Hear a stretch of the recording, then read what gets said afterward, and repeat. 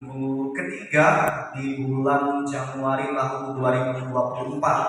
Ya, Bapak Ibu Saudara, tadi sudah disampaikan oleh Ibu Gembala ya, puji Tuhan, oleh karena kehendak Tuhan hari Minggu ini pas dengan tanggal kelahiran saya ya, sehingga puji Tuhan saya boleh bertambah usia yang baru di tahun 2024 ini. Ya, tidak hanya saya, pendahulu saya yaitu senior saya yang dulu pernah menggembalakan Bapak Ibu yaitu pendeta saya, kalau tidak salah kemarin ya, bertambah usia ya, berulang tahun juga beliau, pas di bulan Januari juga.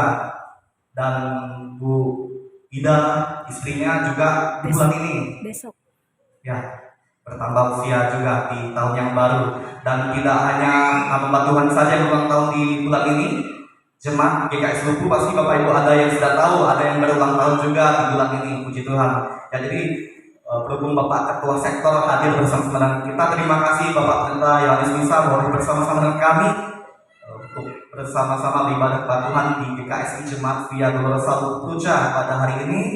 Dan berhubung Bapak Pendeta kami percayakan untuk doa syafaat, jadi kami titip doa juga Bapak untuk yang jemaat yang ulang tahun di bulan ini bersama dengan saya juga ya, supaya Tuhan selalu memberikan kita kesehatan dan kekuatan semakin lebih semangat dalam mengiringi Tuhan Yesus pastinya.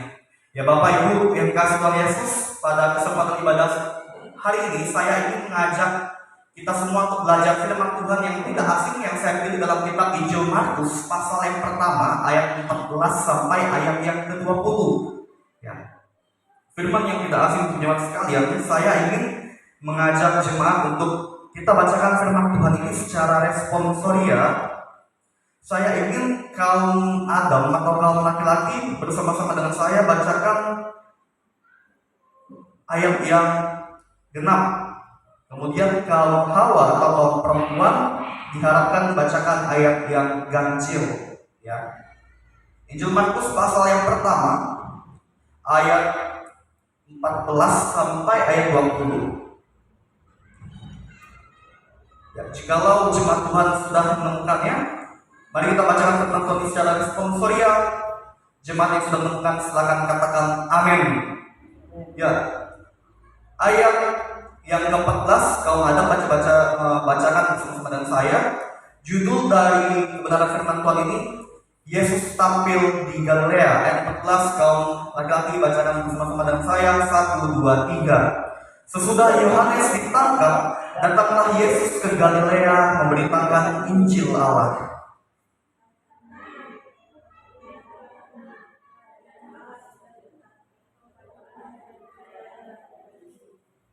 Ketika Yesus sedang berjalan menyusur danau Galilea, ia melihat Simon dan Andreas, saudara Simon. Mereka sedang menebarkan jala di danau, sebab mereka penjala ikan.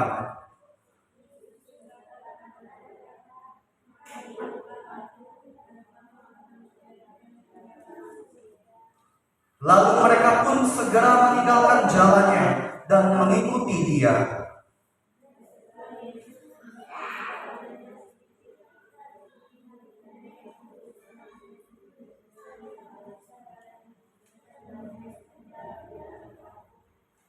Yesus segera memanggil mereka dan mereka meninggalkan ayahnya Zebedius di dalam perahu bersama orang-orang bawahannya lalu mengikuti dia.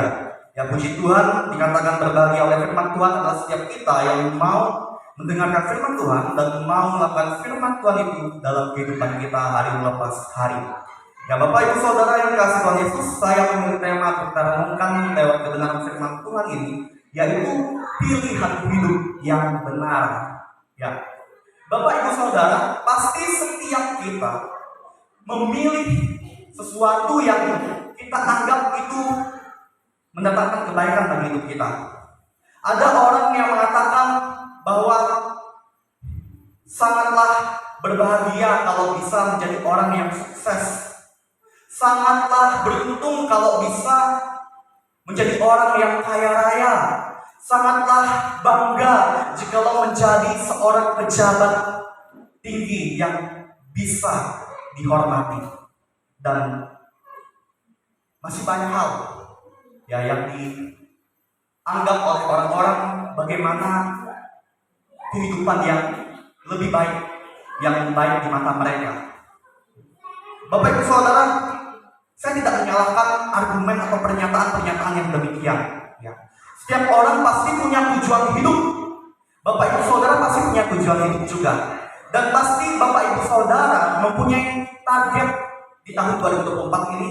Kira-kira apa yang Bapak Ibu Saudara capai? Mungkin ada anak-anak Bapak Ibu yang tidak lama lagi akan tamat SMA. Ya. Harapannya bisa kuliah di kampus yang terbaik, kampus yang akreditasinya bagus. Kemudian ada juga anak-anak yang kuliah yang punya target untuk bisa cepat menyelesaikan pendidikannya di perguruan tinggi dan bisa cepat meraih gelar sarjana. Banyak sekali di antara kita yang pasti memiliki pilihan untuk mencapai tujuan hidup.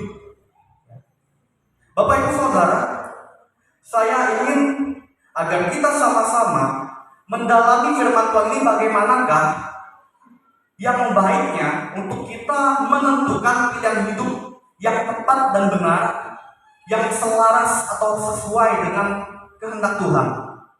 Karena kalau kita memilih pilihan hidup yang benar, yang sesuai kehendak Tuhan, pasti itu mendatangkan berkat bagi hidup kita dan juga pasti mendatangkan kebaikan dalam hidup kita. Ya. Bapak Ibu yang dikasihi Tuhan Yesus, tadi kita boleh menyimak kebenaran firman Tuhan ini.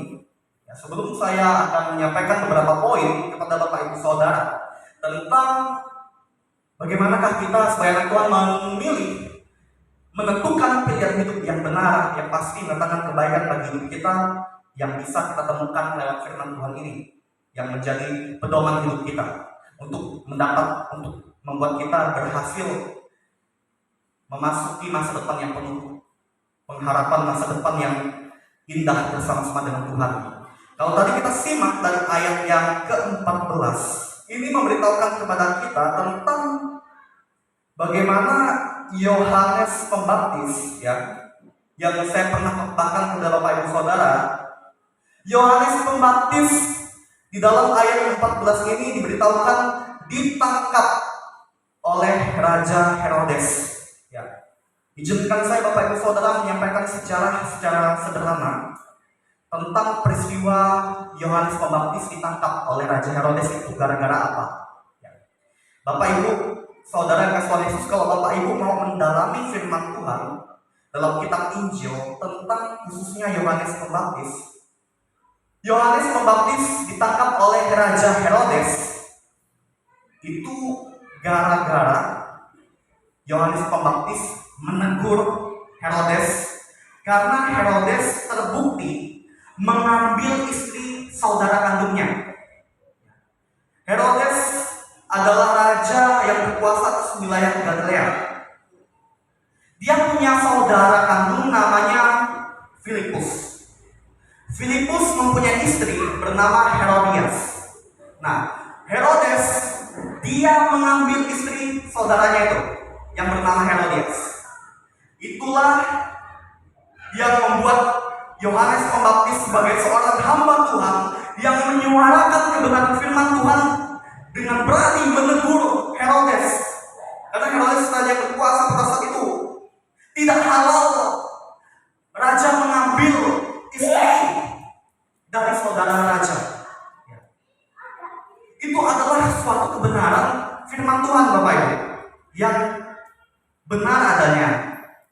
Tetapi karena Herodes tersinggung Bapak Ibu, dia sakit hati karena ditegur oleh Yohanes Pembaptis, makanya Yohanes Pembaptis ditangkap, dibelenggu dalam penjara pada waktu itu.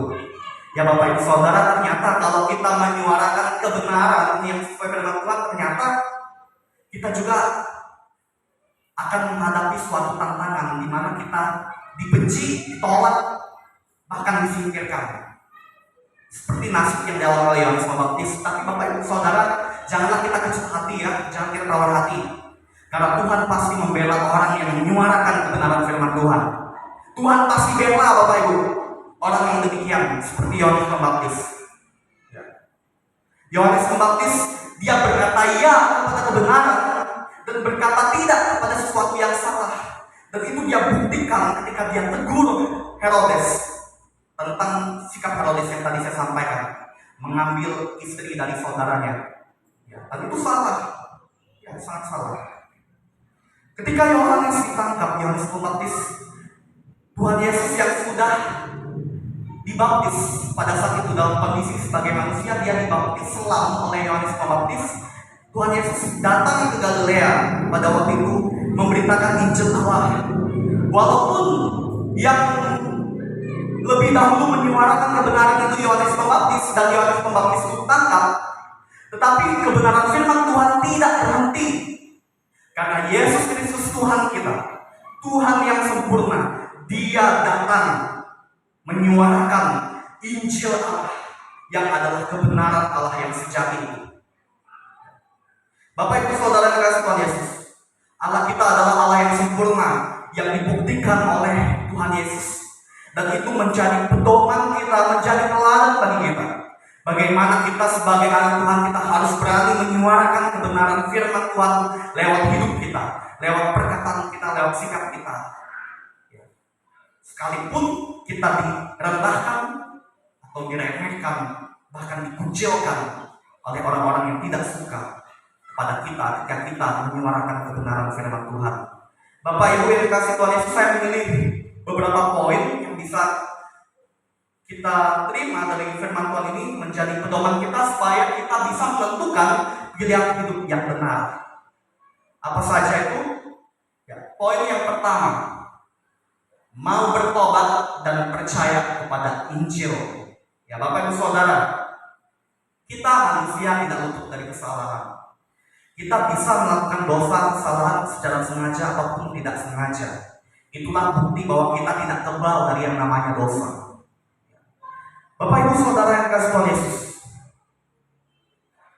oleh karena itu, kita sebagai anak Tuhan, ketika kita masih sadar kita ingin melakukan kesalahan, mungkin kita punya dosa iri hati, mungkin kita punya dosa benci, mungkin kita punya dosa mementingkan diri sendiri atau egois.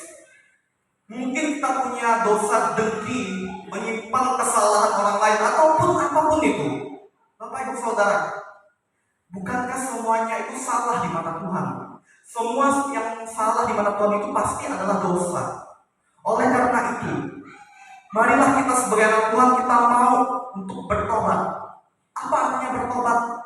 Bertobat itu artinya kita kembali kepada kebenaran firman Tuhan.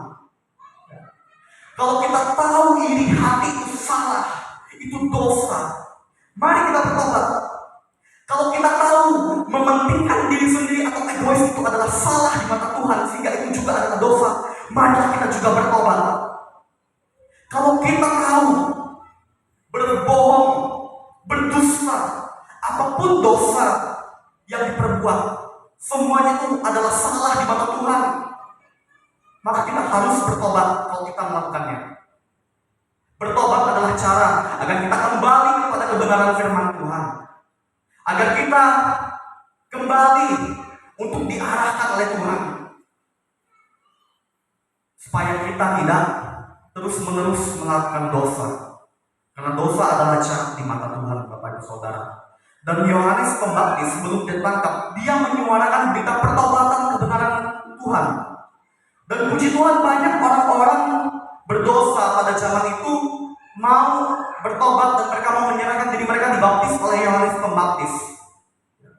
Di zaman itu, bagi imam-imam Yahudi, orang yang paling jatuh adalah penagih pajak yang disebut dalam Alkitab pemungut cukai. Mengapa Bapak Ibu? Karena mereka memeras, mereka menagih pajak melebihi tarif pajak yang sudah ditetapkan oleh pemerintahan Kekaisaran Romawi pada waktu itu. Yang mereka ambil lebih, itu memeras, dan itu adalah dosa. Semua orang pada waktu itu sangat dirugikan oleh karena sikap penagih pajak atau pemungut cukai yang demikian. Makanya pemungut cukai pada zaman itu dianggap orang paling berdosa, Bapak Ibu. Tetapi siapa sangka dari kalangan para pemungut cukai itu banyak yang bertobat Bapak Ibu, dan mereka mau menyerahkan diri mereka dibaptis oleh Yohanes Pembaptis. Jadi intinya bagi kita, Tuhan mencari orang yang berdosa, bukan cari orang yang benar, bukan cari orang yang suci Bapak Ibu Saudara. Supaya apa? Supaya orang berdosa mereka diselamatkan dan mereka diubahkan oleh kebenaran firman Tuhan. Itu tujuan Tuhan, dan itu sudah dilakukan oleh Yohanes Pembaptis. Kemudian ketika Yohanes Pembaptis ditangkap oleh Herodes, tidak berhenti sampai di situ saja pekerjaan Tuhan untuk menyelamatkan umat manusia, untuk memberitakan kebenaran, berita pertobatan Tuhan Yesus juga sebagai Tuhan dalam kondisi sebagai manusia. Dia juga terlibat Bapak Ibu, terlibat untuk menyuarakan kebenaran, menyampaikan apa yang benar, yang sesuai dengan kehendak Tuhan. Kita harus bertobat Bapak Ibu kalau kita melakukan dosa dan kesalahan. Bukan menyalahkan diri kita. Menyalahkan diri pun tidak ada gunanya. Kalau kita sadar kita melakukan kesalahan, jangan menyalahkan diri kita, tapi mari kita mau bertobat kembali kepada Tuhan. Karena Tuhan Dia Allah Maha Kasih, Dia siap merangkul kita kembali dan siap mengampuni kita, dan Dia juga siap untuk membimbing kita. Itulah kemurahan kasih Tuhan yang sungguh luar biasa. Tidak sampai di situ saja, kita harus juga tetap percaya kepada Injil, karena Injil adalah kebenaran Tuhan yang sempurna. Injil adalah ajaran Tuhan Yesus yang sempurna yang harus selalu kita percaya, dan itu sudah sepantasnya menjadi pedoman hidup kita, menjadi dasar untuk kita berpikir dan bertindak dalam menentukan setiap keputusan apapun di setiap langkah hidup kita. Mari kita percaya kepada Injil Bapak Ibu. Kalau kita gunakan logika kita, pengetahuan kita, itu masih belum sempurna. Kalau kita berpedoman pada Injil, percaya kepada Injil, ketahuilah Bapak Ibu, Injil itu adalah kebenaran Tuhan yang sempurna. Maka kita harus hidup berpedoman pada Injil. Ya, itu pilihan hidup yang benar yang pertama saya bagikan kepada Bapak Ibu Saudara sekalian. Kemudian saya lanjut di poin yang kedua, mau mengorbankan apapun demi mengikut Tuhan Yesus. Saya simpulkan itu dari ayat yang ke-18. Bapak Ibu Saudara, saya tidak bermaksud menggurui Bapak Ibu ya lewat kebenaran firman Tuhan ini, tapi ini firman untuk kita semua. Ya. Ini firman buat kita semua. Kita perlu memahami bahwa kalau kita mau sungguh-sungguh mengikut Tuhan Yesus, kita harus siap berkorban apapun untuk Tuhan. Ya. Apa yang bisa kita korbankan lewat hidup kita Bapak Ibu untuk mengikut Tuhan? Kalau kita mau terlibat dalam rencana Tuhan yang indah dan mulia, kalau kita mau terlibat dalam tujuan Allah yang mulia di dunia ini, yaitu menjadi pelaku kebenaran firman Tuhan, maka kita harus mau mengorbankan apapun yang ada dalam hidup kita demi Tuhan, demi mengikut Tuhan. Bapak Ibu percayalah, apapun yang Bapak Ibu korbankan untuk Tuhan, itu tidak akan pernah sia-sia. Tidak akan pernah sia-sia. Mungkin Bapak Ibu mengorbankan materi atau harta atau uang untuk terlibat dalam pekerjaan Tuhan. Mungkin Bapak Ibu mengorbankan waktu. Sekalipun Bapak Ibu Saudara punya banyak urusan, tapi masih mau meluangkan waktu untuk terlibat dalam pelayanan, dalam kegiatan-kegiatan rohani yang ada di gereja kita. Mungkin Bapak Ibu mau berkorban lewat tenaga, lewat pikiran, lewat ide-ide cemerlang, ide-ide yang baik untuk memajukan pekerjaan Tuhan yang ada di gereja kita ini. Ya itulah bukti kita mengorbankan apa yang kita punya demi mengikut Tuhan Bapak Ibu. Ya. Tidak akan rugi kok Bapak Ibu. Janganlah Bapak Ibu Saudara menganggap rugi mengorbankan semuanya itu. Selagi semuanya itu kita korbankan, tujuannya adalah untuk pekerjaan Tuhan, untuk melayani Tuhan. Sekali lagi saya katakan, itu tidak akan pernah sia-sia. Bapak Ibu yang dikasihi Tuhan Yesus, marilah kita selalu siap mengorbankan apapun demi mengikut Tuhan Yesus. Kalau kita simak ayat yang ke-18, ketika Tuhan Yesus menghampiri Petrus dan Andreas. Ini Petrus dan Andreas ini saudara kandung Bapak Ibu ya. Mereka adalah penjala ikan. Tuhan Yesus berkata kepada mereka, mari ikutlah aku, maka kau akan menjadi penjala manusia. Apakah Simon yang adalah Petrus dan Andreas mereka menunda atau berkata, Tuhan, mohon maaf, kalau sekarang kami belum bisa untuk mengikut Engkau atau terlibat dalam pekerjaan Tuhan? Apakah mereka responnya seperti itu Bapak Ibu? Kalau kita lihat dari ayat yang ke-18 Bapak Ibu Saudara, mereka tidak menunda-nunda waktu Bapak Ibu. Mereka segera meninggalkan jalannya dan mengikut Tuhan Yesus. Ya, ini luar biasa. Mereka menentukan pilihan yang sangat baik demi mengikut Tuhan Yesus. Mereka tinggalkan pekerjaan mereka yang adalah penjala ikan pada waktu itu untuk mengikut Yesus dan mau terlibat dalam rencana dan tujuan Tuhan Yesus yang mulia.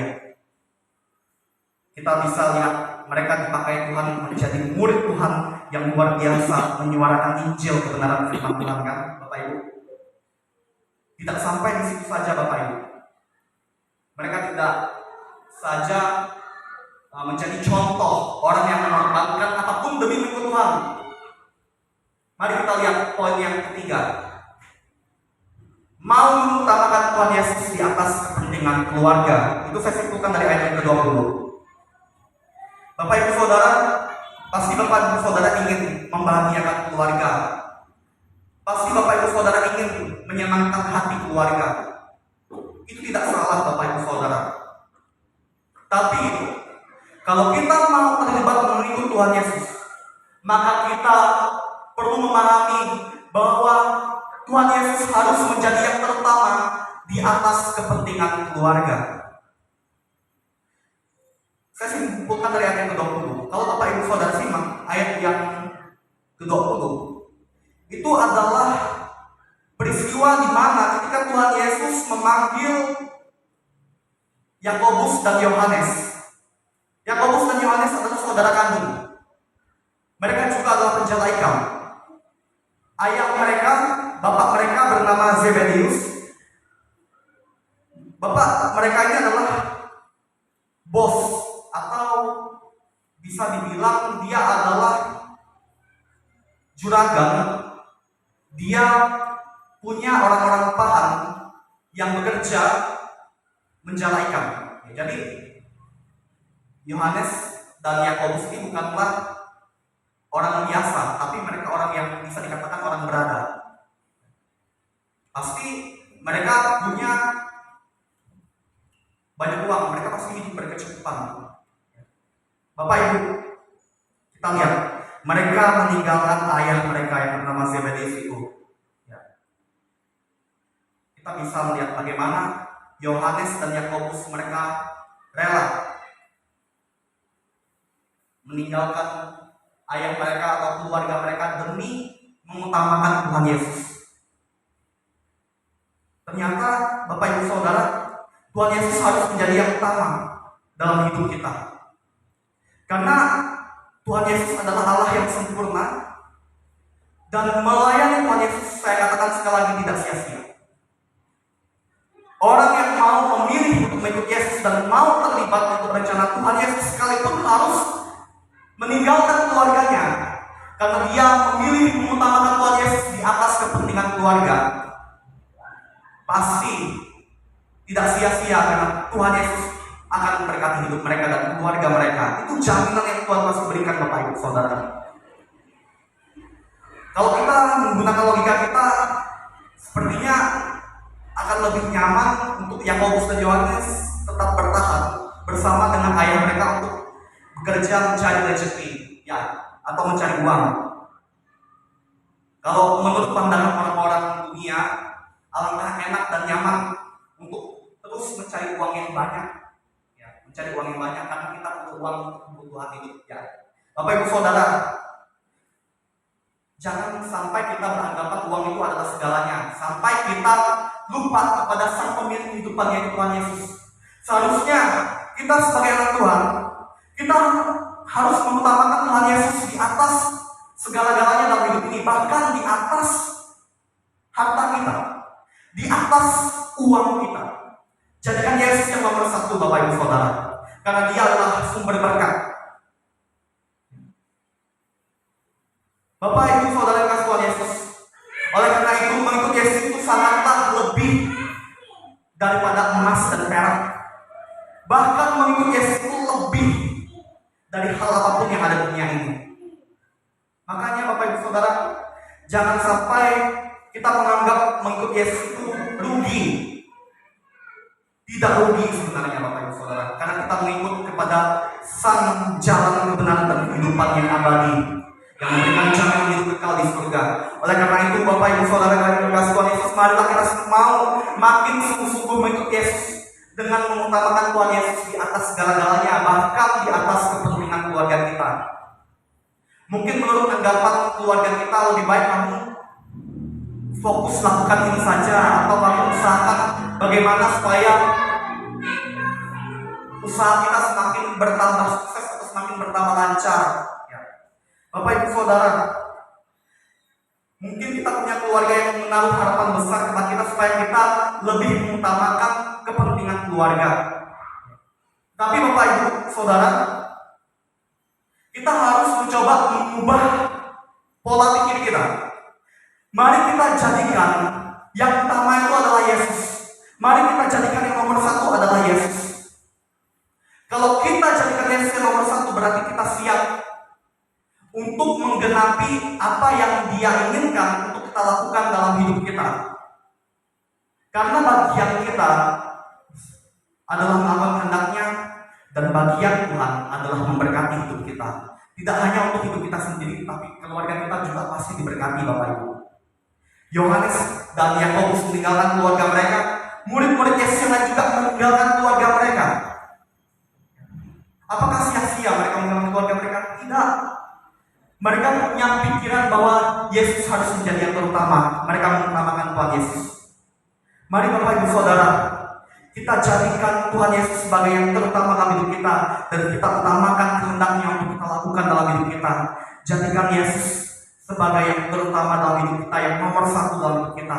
Jangan sampai demi kepentingan apapun, sampai mengatasnamakan kepentingan keluarga, kita melupakan Tuhan atau mengabaikan Tuhan. Itu salah Bapak Ibu. Pastikan Tuhan yang nomor satu, karena Tuhan Dialah pemilik hidup kita, dan Dia Tuhan yang berkuasa atas hidup kita dan juga atas keluarga kita. 3 poin yang saya pilih kita bisa terima dalam firman Tuhan ini, bagaimanakah supaya kita menunjukkan pilihan hidup yang benar, yang selaras dengan firman Tuhan. Tadi yang pertama saya katakan, marilah kita untuk mau bertobat kalau kita terbukti melakukan kesalahan, untuk berubah menjadi orang yang lebih baik, yang sesuai dengan Tuhan, dan mau percaya kepada Injil, karena Injil adalah kebenaran Allah yang sempurna. Kemudian poin yang kedua, marilah kita untuk mau mengorbankan apapun yang kita punya demi mengikut Tuhan Yesus dan demi untuk melayani Tuhan. Dan poin yang ketiga ini, yang terakhir, marilah kita untuk mau mengutamakan Tuhan Yesus di atas kepentingan keluarga.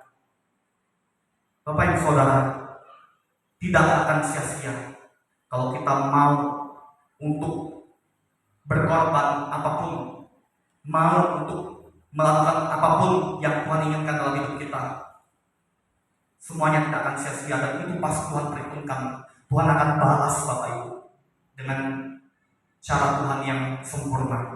Inilah firman Tuhan yang dapat saya bagikan kepada Bapak Ibu Saudara sekalian. Maukah Bapak Ibu Saudara menentukan pilihan hidup yang benar sesuai dengan kebenaran firman Tuhan yang Bapak Ibu Saudara terima dalam ibadah ini, lewat firman Tuhan yang telah kita terima ini? Hanya Bapak Ibu Saudara yang dapat menjawabnya. Kita bersyukur untuk firman Tuhan ini, kita berdoa. Terima kasih Tuhan Yesus, kami kembali diingatkan oleh kebenaran firman-Mu ya Tuhan, bagaimanakah supaya kami dapat menentukan pilihan hidup yang benar, yang pasti mendatangkan kebaikan bagi hidup kami, yang selaras dan sesuai dengan firman-Mu ya Tuhan.